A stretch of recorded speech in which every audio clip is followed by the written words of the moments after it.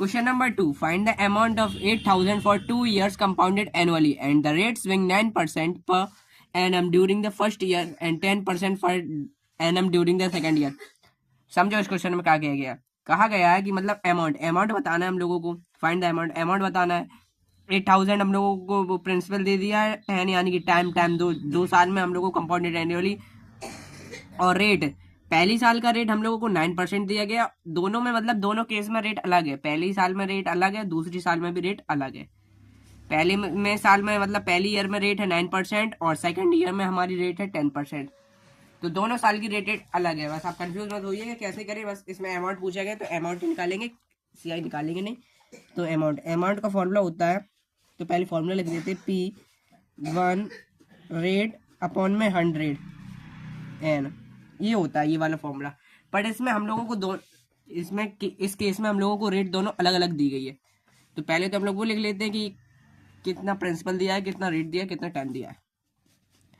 Principal दिया है 8,000 और रेट यानी कि रेट फर्स्ट हम लोग rate first and rate two करके लिख लेंगे. ये R1 हमारी दी गई है 9% और R2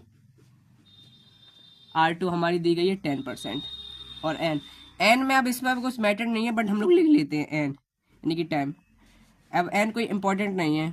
2 ईयर एन का अब इसमें कुछ रोल ही नहीं है. बस इतना पता है कि बस 2 साल का है और 2 साल की भी रेट अलग अलग है. तो अब हम लोग क्या करेंगे, दोनों साल की रेट अलग अलग लिख लेंगे. अमाउंट का वही वाला फॉर्मूला लगाएंगे बट इसमें रेट अलग अलग हो जाएगी. 1 यहाँ पर लिखेंगे रेट फर्स्ट अपॉन में 100 और क्लोज. फिर हम लोग करेंगे 1 रेट सेकेंड अपॉन में 100. ये फॉर्मूला यूज करेंगे. अंडरलाइन कर देता हूँ ये फॉर्मूला. इस केस में हम लोगों को रेट अलग अलग दी गई है. तो पहले साल की रेट 9% निकाल लेंगे, दूसरे साल की रेट 10% है. तो दोनों की रेट अलग अलग लिख ली हम लोगों ने. अब सॉल्व करते हैं अमाउंट.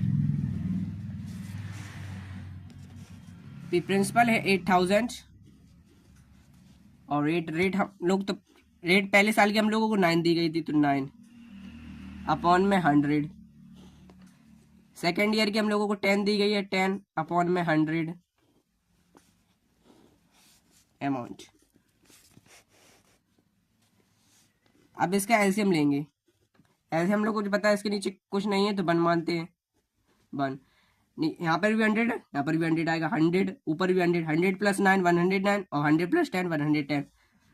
तो हो जाएगा 109 अपॉन में 100 110 अपॉन में 100. अब देखो एक जीरो से एक जीरो खत्म. 1 2 3 1 2 3 एक जीरो से ये काट लिया और 1 2 3 से जी काट लिए. आप इसका मल्टीप्लाई अमाउंट हमारा निकल के आ जाएगा. बस इसमें कैलकुलेशन रह गई है वो करते हैं. देखो 8 का मल्टीप्लाई 11 में और 109 में. 8 11 109. अब इसका मल्टीप्लाई कर लेते हैं. 11 8 जा 88.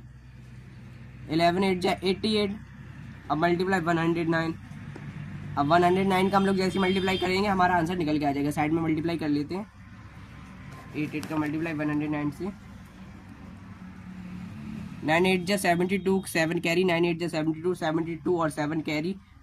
तो 7 2 9 79 7 कैरी हो जाएगा.